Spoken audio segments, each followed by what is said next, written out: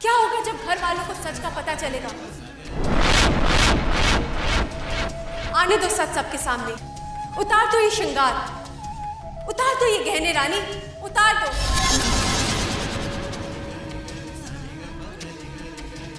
रुक जाओ रानी, जरा सोचो।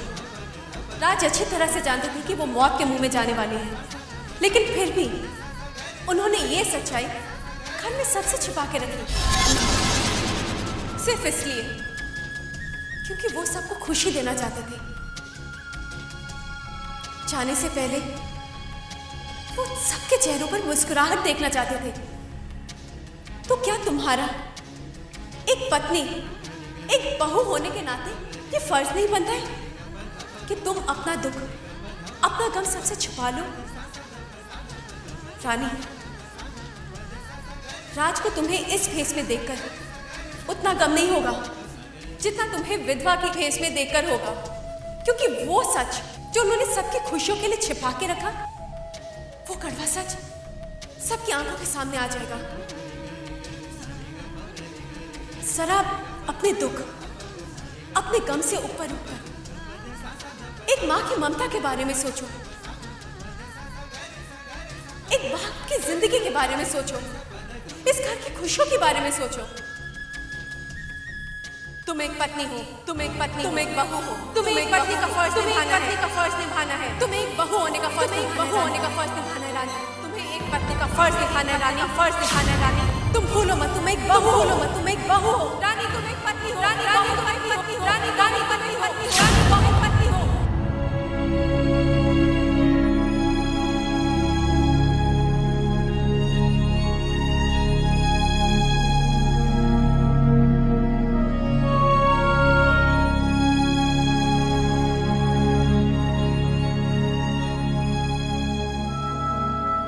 हम एक पत्नी और एक बहू दोनों का फर्ज निभाएंगे।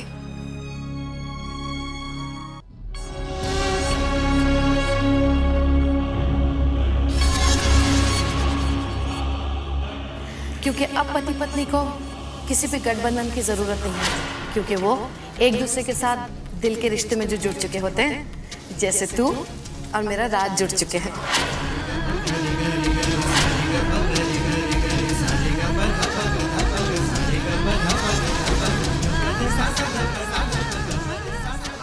एक बात कही राज, आज हम बहुत खुश हैं।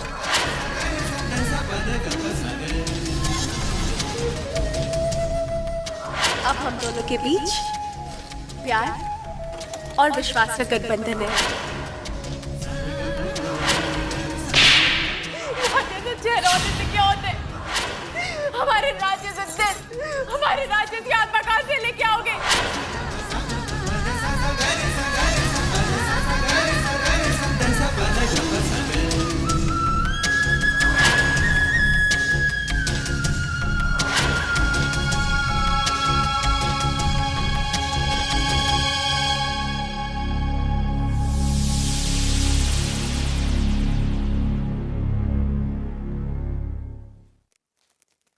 हमें यहाँ देखकर हैरानी हो रही होगी कि जिस इंसान को हमने घर से धक्के मार के निकाला, जिस इंसान ने हमारे साथ इतना बड़ा धोखा किया, आज हम उसी के दरवाजे पर क्यों खड़े हैं?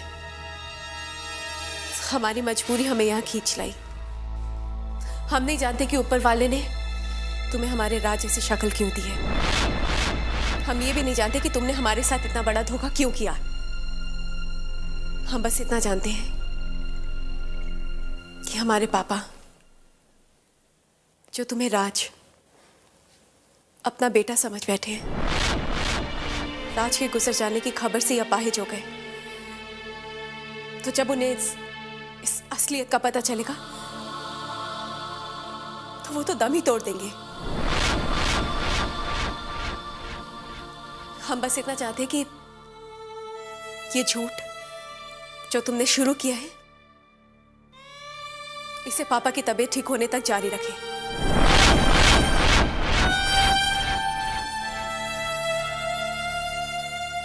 मुझे मंजूर है। क्या आप जानना नहीं चाहेंगी? कि इस प्रिंस जे थापड़ को राजगोयल बनने की क्या जरूरत पड़ी? कहां से शुरू हुआ ये सिलसिला? मैं प्रिंस जे थापड़ हूं, ये सच मैंने आपको कई बार बताने की कोशिश की, लेकिन हिम्मत ही नहीं हुई। इसलिए मैंने आपको एक खत लिखा जो आपके पढ़ने से पहले ही सच्चाई आपके सामने एक अलग तरीके से है।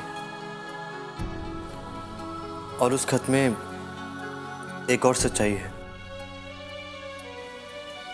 जो सिर्फ मैं जानता हूं।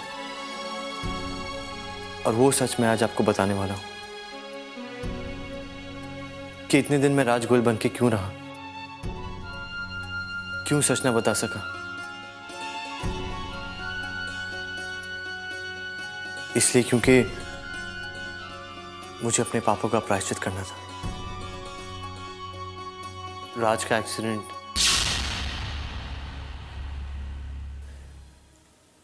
मेरे हाथों हुआ है।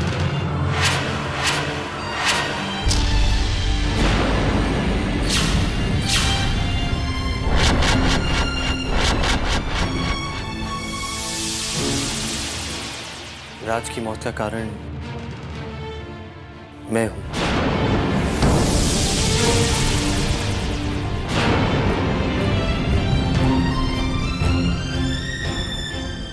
हाँ रानी,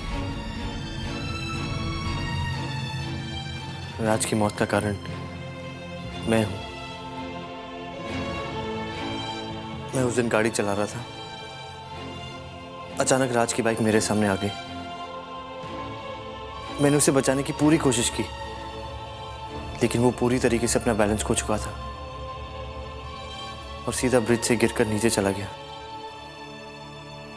मैं उस दिन यही बात बताने आपके घर पहुंचा, लेकिन देखा तो राज का चौथा चल रहा था। मैं तो इस बात से भी अनजान था कि राज की शक्ल मुझसे मिलती है। जब मैं वहां पहुंचा, मैंने सबकी आंखों में उम्मीद देखी। मैं कुछ कह ही नहीं पाया। मैं इसलिए रुक गया क्योंकि मैं अपने पापों का प्रायश्चित करना चाहता था। जिन माँ और पापा से मैंने उनका राज छीना था, मैं उन्हें वापस देना चाहता था। शायद इसलिए भगवान ने मेरी शक्ल राज जैसी बनाई। लेकिन धीरे धीरे मेरे मन पर यह बोझ बढ़ता गया। मुझे अपनी गलती का एहसास हुआ। तब मैंने आपको एक खत लिखा, लेकिन मेरी किस्मत, वो खत आप तक पहुंच नहीं पाया। आप वो खत पढ़ ही नहीं पाए। रानी, मुझे अपने पापों का प्रायश्चित करने का एक मौका दीजिए। जब तक पापा की तबीयत ठीक नहीं हो जाती, मुझे उनके साथ रहने दीजिए। उसके बाद मैं सबके सामने अपना गुनाह कबूल कर लूंगा। रानी प्लीज, मुझे एक मौका दीजिए, सिर्फ एक मौका।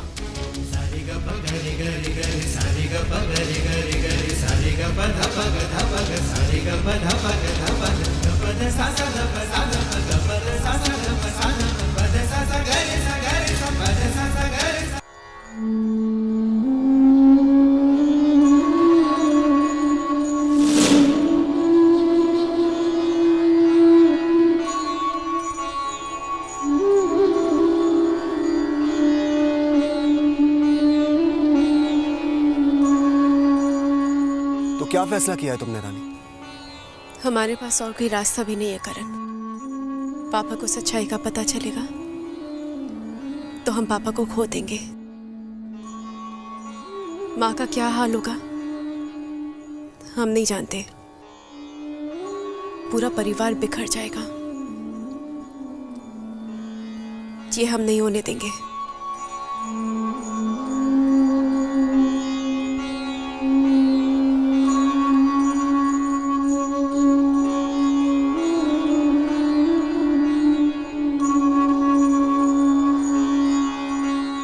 लगता है ये ठीक होगा?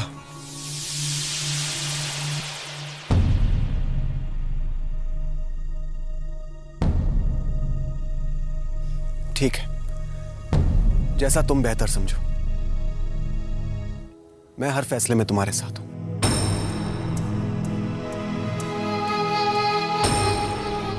थैंक्स करण।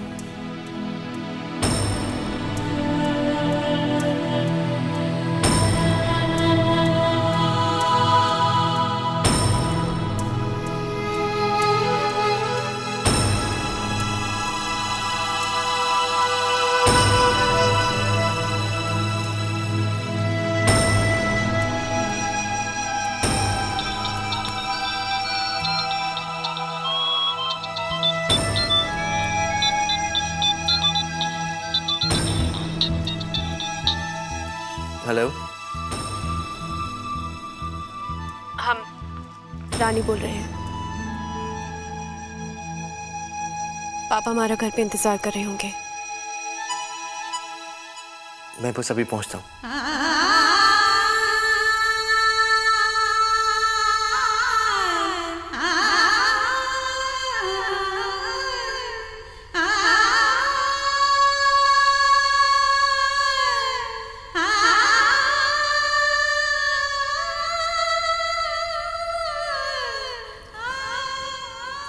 करण,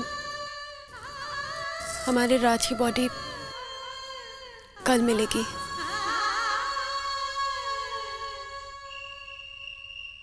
अब कब तक वहां देखते रहेंगे? माँ, जीती रही बेटा। लीजिए, आ गया आपका लाडला। सुबह से बेसब्री से इंतजार कर रहे थे इसका।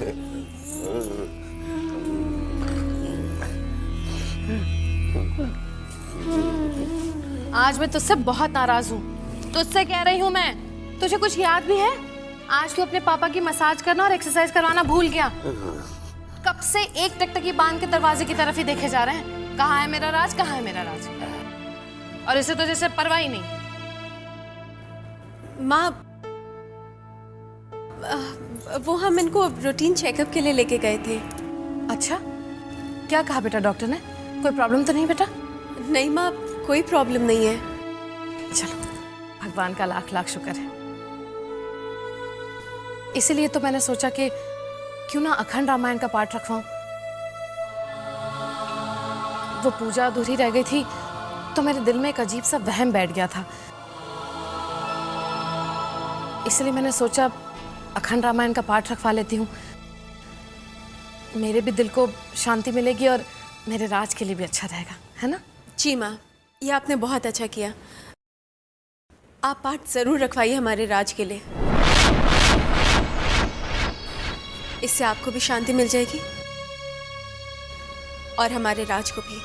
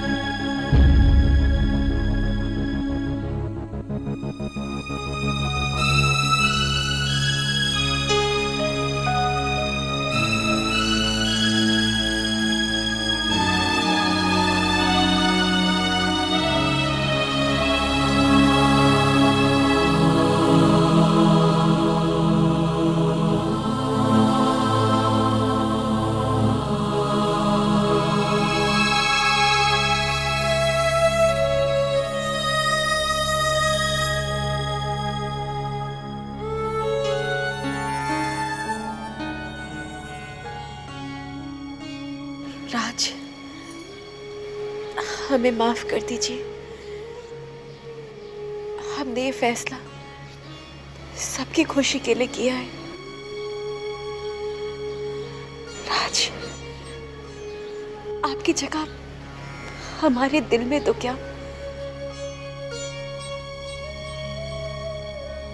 इस घर में भी कोई नहीं ले सकता है। हमें माफ कर दीजिए।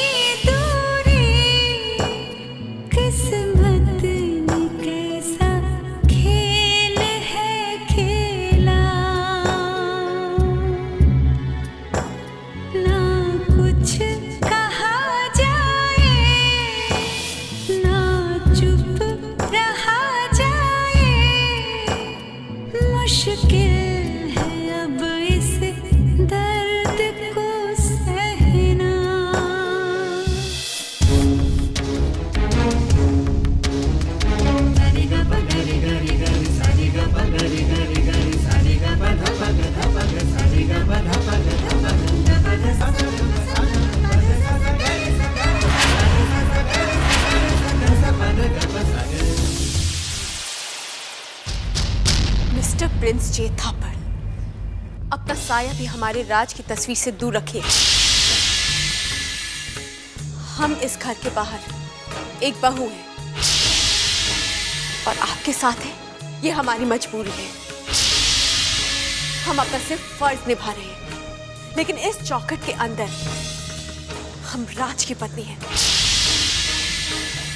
उस राज की पत्नी जिसके आप कातिल हैं। हम नहीं चाहते कि हमारे राज की तस्वीर पर उनके कातिल का साया भी पड़े।